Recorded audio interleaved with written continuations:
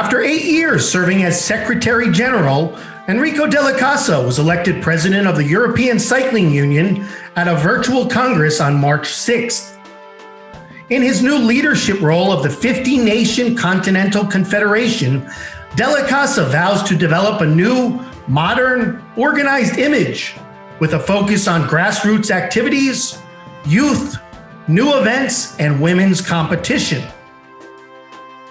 Still, uncertainty and a tough climb is ahead, as much of Europe remains in lockdown due to another wave of the coronavirus. And close cooperation with the UCI is paramount, with the Tokyo Olympic Games now less than 4 months away. Hello and welcome to another video edition of ATR Radio. I'm Brian Pinelliin. And joining us now from his home office in Bologna, Italy, is the president of the European Cycling Union, Enrico Della Casa. Hello, Enrico. How are you doing today? Hello, Brian. Very well. Thank you very much. Nice to be with you in this moment. Now, you are, as you mentioned prior to our interview, back and forth between Lausanne, Switzerland, obviously the headquarters of the UEC, and also there closer to home in Bologna.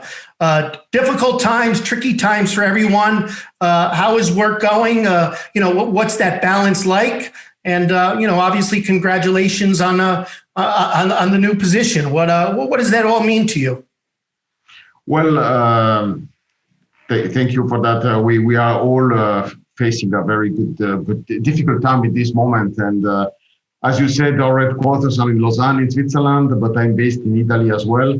And I'm traveling between Switzerland and Italy without too many problems. So therefore, I'm relatively happy. But yes, this is a tricky moment, a very tricky moment for cycling. We plan to start our season end of March, and we had already to postpone a couple of events, mainly in BMX. But we hope to start the season on the 1st of May with the European Cup in Verona. So we are putting a lot of energies in this moment, trying to save our events, trying to confirm the event, and the athletes are also sending us a lot of questions every day because they need to prepare the Olympics, and via our events, it's crucial for them. So it's a crucial phase of the season for them in order to prepare properly the Olympic Games. So therefore, we are trying to give our best answers to athletes, organizers, and national federations. Right? Sure. Yes. Sure. And we'll come back to the events shortly, because obviously it's, as you mentioned, such an important and challenging time. But a little bit about the youth movement in European cycling. And I know, obviously, with UEC, more of your focus is on the grassroots and youth. But nevertheless, some amazing young stars in the sport. Obviously, the Slovenians, Roglic and Pogačar, who had that epic Tour de France battle that came down to the final day. Van Aert of Belgium, who's one of the most versatile cyclists in many years. And the young Dutch star, Mathieu van der Poel, who just has so much talent. How important is all this young talent in marketing, promoting the sport, and gaining additional exposure, both on the larger level and also inspiring young riders? Yes, you're right. A lot of stars actually won the title of European champion. As you said, Mathieu van der Poel was with the junior cyclocross junior European champion in 2012. Peter Sagan was in 2008 the mountain bike European champion, and so a lot of stars are coming from our event. We are putting a lot of energy in the young people. We are organizing a youth mountain bike European championships. So we started from the 13, 14 years old categories, and in the BMX we are starting from the 7 years old category. So we are really putting a lot of energies in the young category. On the other hand, we have some categories that do not exist in the UCI rules, like the U23 on the track and the woman under 23 on the road. We are actually running these events since more than 20 years in UEC, just to give the possibility for such riders to compete. And, it's always difficult for one junior rider, so I'm talking about 17, 18 years old, to compete against the elite. So therefore, having these intermediate categories are crucial for the development of cycling in Europe. And we are very successful in these categories.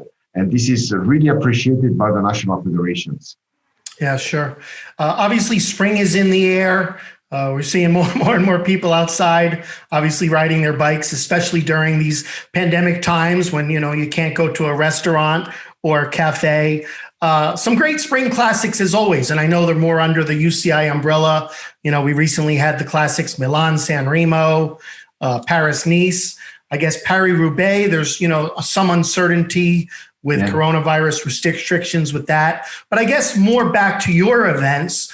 We're still in uncertain times here, and hopefully we see the light at the end of the tunnel. But nevertheless, a little bit more about your preparations. Do we know if we'll have a full schedule of European World Cups and other races this summer? Or is it more or less one day at a time still? Well, I have to say that we have a full schedule from June to September. We have more than 21 European Championships this year. And we, as you said, I hope to see the end of the tunnel very soon. We really hope to start the season, as I said before, in May with the BMX European Cup. And then from that date, our calendar is really full until middle of September, until the Road European Championships. That will be held in Trento in Italy. So full compact calendar for us. And we are really optimistic about this calendar. We were able to save our season last year. We were able to save 80% of our major event in only a couple of months last year. And therefore, I think that we are prepared this year to organize our events in the good way. And we also need to thank the UCI because they create a medical protocol, anti-COVID protocol, very helpful for the organizers. And this is also a key issue for us to create the bubble for the athletes and for the staff in order to enable them to be part in our event with all safety measures. And therefore, I think cycling is ready to start the season in a good way. And we saw in Milano, Sanremo, Paris-Nice, as you said, and yesterday with Gandevelgem that in fact no problems at all concerning the public. The public was watching the competition in a very ordered way. So I think our sport can go ahead without any problem. Sure. Wish you the best of luck. Of course, many times with the unbelievable history of cycling, people tend to think about road racing first, obviously the tradition in track cycling. But for you guys now, probably more than ever, BMX and mountain bike as important as ever. And if I'm not mistaken, one of your first events will be beginning of May at a new BMX facility that recently opened in Italy. Can you tell us about that event? And, how important is the BMX and, some of these youth-oriented sports that obviously the IOC has put so much importance into these days? Yes, BMX is a very important event. It's the only event who can actually attract the young people, attract the kids on a bike. So a lot of good riders on the road started in the BMX. A lot of good riders on the track started in the BMX. And therefore, for us, it's a very key event. And we will attract young people from 7 years and more. And we will start the season in Verona with the European Cup, the 1st and 2nd May. And we are also working very close relationship with the UCI in order to maybe organize the World Cup the 8th and 9th of May also in Verona. As you know, the World Cup in BMX, the first event was scheduled in Bogota in Colombia, and this event has been actually postponed. Then the World Cup was scheduled in Stuttgart. Then this event has been cancelled last week. So therefore, we are ready to run also the World Cup in Verona. And as I said before, just to give the possibility to the athletes to prepare in a good way the Olympics. And that's a very key issue for us, to give the possibility to the young riders to prepare properly the Olympics. So then we have a lot of events in mountain bike because mountain bike and cyclocross, both events are really successful.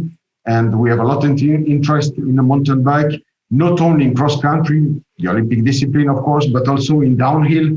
And we will start this year with the downhill. Also, we added the young riders in downhill. So the 13, 14, and 15, 16 years old will take part to the now downhill European Championships. Of course, with a dedicated circuit, because downhill, is very spectacular, sometimes a little bit dangerous. Very cool. But we will create a second circuit for them in order to start the competition as well and to give them a title. So a lot of energy in young people, a lot of energy in mountain bike. Let's continuing on that theme. At the Tokyo Olympic Games, debut of a new sport. Of course, BMX started back in Beijing 2008 with more of the traditional race, but we're going to see BMX Park at the Urban Sports Park in Tokyo. 9 men, 9 women, 360-degree tail whips and other acrobatic tricks that I probably can't pronounce or quite understand, but nevertheless, this continues the youth movement. How cool do you think this event will be in Tokyo and again, attracting the young audience? Well, to tell you the truth, I discovered the Freestyle Park 2 years ago. We had the opportunity to organize for the very first time a European Championships. And it was absolutely amazing what I saw from the ladies and from the men. But I was really, really surprised about what they are able to do with the bike. It's unbelievable. It's really unbelievable. I try myself just to take a bike and to use one ramp. Well, I can tell you, forget about that. Leave this to the young people. Is there video, really, Enrico? Sorry? Is there video of you trying this? No, absolutely. I did it. I I was alone without any person around me. So don't worry. I take all the safety measures. Okay. just to avoid pictures and video. But well, it's a really nice event. It's really a nice event, and we can see more and more kids doing that in every city. As soon as you have a skate park, then you see the young people going on this skate park with the bike. And also the pump track. A lot of kids are using pump tracks if they are available in their city, and therefore I think it's a good direction that the IOC took in order to increase the popularity of the Olympic Games within the youth people. And it's a really fresh discipline for us. We do not have a lot of experience, but they were very welcome in our family in the traditional cycling. Yeah. And we need to know each other. It's a completely different community in comparison to the track and the road and cyclocross. So we need to learn each other. But we had 2 years ago at the first European Championship, we had really a nice collaboration, and it was nice. Like in the morning we were cleaning the ramps, and they came to help us in order to clean and to prepare the circuit. that was fantastic. Really, I wasn't expecting that. So a few of them come and then they help us to clean the ramps and to clean the venue for the event. So that was amazing. And I was really, really surprised about that. Different cultures, different personalities. And like you say, I'm sure that adds to the excitement and the challenge. A little bit more, Enrico, about the Tokyo venues. So you guys will oversee mountain bike, BMX, obviously road and track. The Fuji International Speedway will be the circuit for the time trial, the culmination of the road race. I hear that you have an unbelievable mountain bike course with views of Mount Fuji. How are preparations coming along in your cooperation with the UCI? Anything you could tell us about the Tokyo 2020 venues? Well, we are not really involved ourselves in the preparation of the Olympic Games. We are actually through our events. Some riders are able to get their qualification for the Olympics. So we are trying to coordinate the qualification system for the Olympics together with the UCI.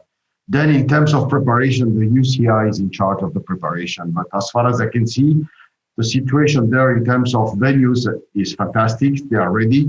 They are ready since 1 year to organize the event. But the problem for sure that we won't be able to go there. I mean, the people outside Japan won't be able to reach. Sure. That could be maybe, strange. But nevertheless, I think that the IOC put a lot of energy in order to save this event. The Japanese government put also a lot of energy trying to save the event. And therefore, we as cycling, we are ready to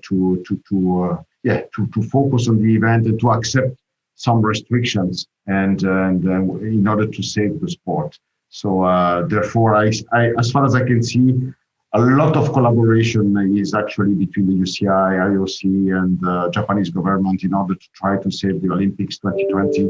And I'm really happy about that. And that's more or less our. We are not really in charge of the organization, as I said. but we are partner of the UCI for sure to bring athletes in Tokyo.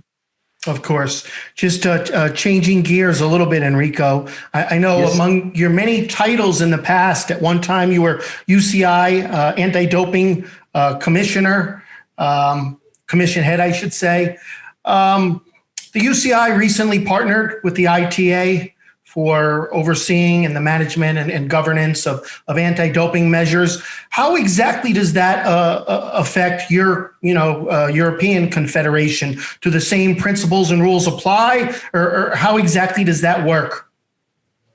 We won't have any changes actually, because the 85% of the staff working in the Anti-Doping Foundation actually moved to the ATA, so International Testing Agency, and therefore the procedures concerning the controls will stay the same.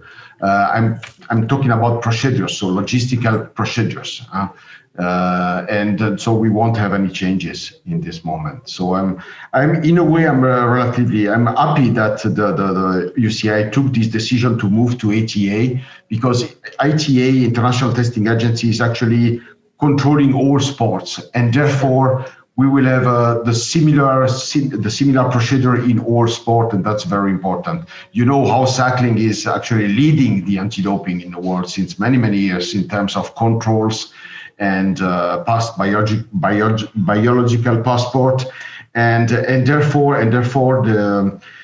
this International Testing Agency will be able to increase also their experience, their expertise in the controls. So no major changes for us between the two companies, actually. Absolutely no. Yeah. But always work to do in protection of clean athletes and in the fight against anti-doping. I mean, this is a never-ending task. Absolutely. We need to always to continue in that way. And as I said, the UCI is a leader in the world concerning the anti-doping controls. As far as I remember, when I started to work at the Anti-Doping Commission in 1998, we were actually organizing 5,500 urine controls and 2,000 blood controls per year. It was a huge amount, and I'm talking already more than 20 years ago. So. I can assure you that the UCI is putting a lot of energies in order to fight doping, and the situation in cycling is relatively good in comparison to some years ago, and also the approach of the young riders change also, because now we are more clean, I would say, and I'm really happy about that. I have the direct experience in all our European championships, and in the last 8 years, I never had a positive case in the European championships. So, and we perform control in all disciplines and all categories. So no one single positive case in the last 8 years within our European championships. And this is a sign that the new generation change approach. Yeah, good to hear. And speaking of the European championships, the European Road Championships, obviously one of your flagship events, they're scheduled for Trento, Italy in the fall. Obviously, there's still some months to go, but anything you could tell us about that event? It's really one of your main signature events. Yes, Brian, as you said, it's our flagship event. The event is scheduled in September, from the 8th to the 12th of September. And we will have a first technical visit on the 8th of April. It's not really the first. We already have 20 visits there, but the event was scheduled in 2020. Then we had to cancel the event. So then we postponed the event in 2021, and we will restart the procedure on the 8th of April again. But I can tell you that everything is ready. The circuit is ready, everything is ready. So we are able to organize this event tomorrow if we want. So the organization committee in Trento is really great. We are talking about the tourism office of Trento, and they know very well what to do. And we hope to have a little bit of tourism in that period in September. I hope our friend COVID will leave us a little bit of room in September. And, obviously, we can talk about this for hours. Obviously, the tremendous history and passion of cycling in Italy. You also worked with the Italian Cycling Federation, and it's a topic for another day. But to go back to the days of, Bartoli and Fausto Coppi, what is it about this love affair with Italy in cycling? Well, the cycling is the most popular sport in Italy, I have to say. And of course, football is very important, but cycling has a long history in Italy with, as you said, Fausto Coppi, Bartali, but also with Pantani. You remember Pantani. Pantani is still a star. If you are going to Cesenatico, he's still a superstar there. So we have a long tradition. And when you go on the road every Sunday, you will find thousands and thousands of people biking. It's unbelievable. And more and more ladies are also biking, which is unbelievable situation for cycling and for our sport. Of course, the COVID helped us a little bit because a lot of people are biking now in comparison to the past. And again, this is a positive aspect of this pandemic. And so therefore, yes, cycling is very popular in Italy, for sure, and still very popular. Yeah. You mentioned women's racing. Just a few more questions for you, Enrico, today. But what about the development of women's racing? I mean, honestly, you still turn on Eurosport. I know you guys partner with Eurovision, and it's predominantly men's races. We just don't see as much women's racing as many would like to see. Now that you're president of the Continental Confederation, along with the UCI, what else are you doing? What else do you want to do to put women's, road racing and across obviously all disciplines, with a greater presence on the international cycling map? Well, let me go back and what has been done in the last 8 years. We were able to actually include the women under 23 in the cyclocross European Championships. That was in 2015. We also were able in 2019 to include the junior women in cyclocross. Therefore, we have now we have a parity men and women in cyclocross. We have a parity men and women in mountain bike, on the track, on the road. And in the first action I did on the 6th of March, as soon as we finished our Congress, we had the first meeting of the board and I created the Women Commission. Women Commission for what? The Women Commission is not only regarding the sport, but it's also in order to prepare young ladies in our government. So we need more ladies in our system of governance. And we modified the constitution 2 years ago in order to have a gender equality between men and ladies. And the first result is at the elections. We have 2 ladies in the UEC board, 2 ladies in the UCI board, and the voting delegate. We have also parity men and girls as a voting delegates. So therefore, we are putting a lot of efforts in the ladies. The main issue is, of course, 75% of the license holders are men. So this is the global population of people with the license are men, and only 25% are women. Yeah. Nevertheless, in our European Championships, the prize money is exactly the same, men and women, exactly the same in all disciplines and all categories. And this is the first step that has been done many years ago in the UEC. So we do not see a problem to have with the women. We just need to continue like it is, and more and more, year after year, we will have more and more ladies in our events and more competition for the ladies. So I put a lot of efforts in that, and I think this is really appreciated by the IOC and the UCI. Enrico, thank you very much for your time today. We wish you the best with cycling season upon us, an exciting and also challenging months ahead with the Tokyo Games and obviously your busy schedule there at UEC. So thanks again, and keep us posted on all happenings there in your new position. Good luck. Thank you very much, Brian. All the best. All right. And thank you for joining us on this video edition of ATR Radio. I'm Brian Pinelli. Remember, get out and cycle. And when you're not cycling, tune in to ATR for all the latest news and updates about the Olympic and Paralympic movements. Have a great day, everybody.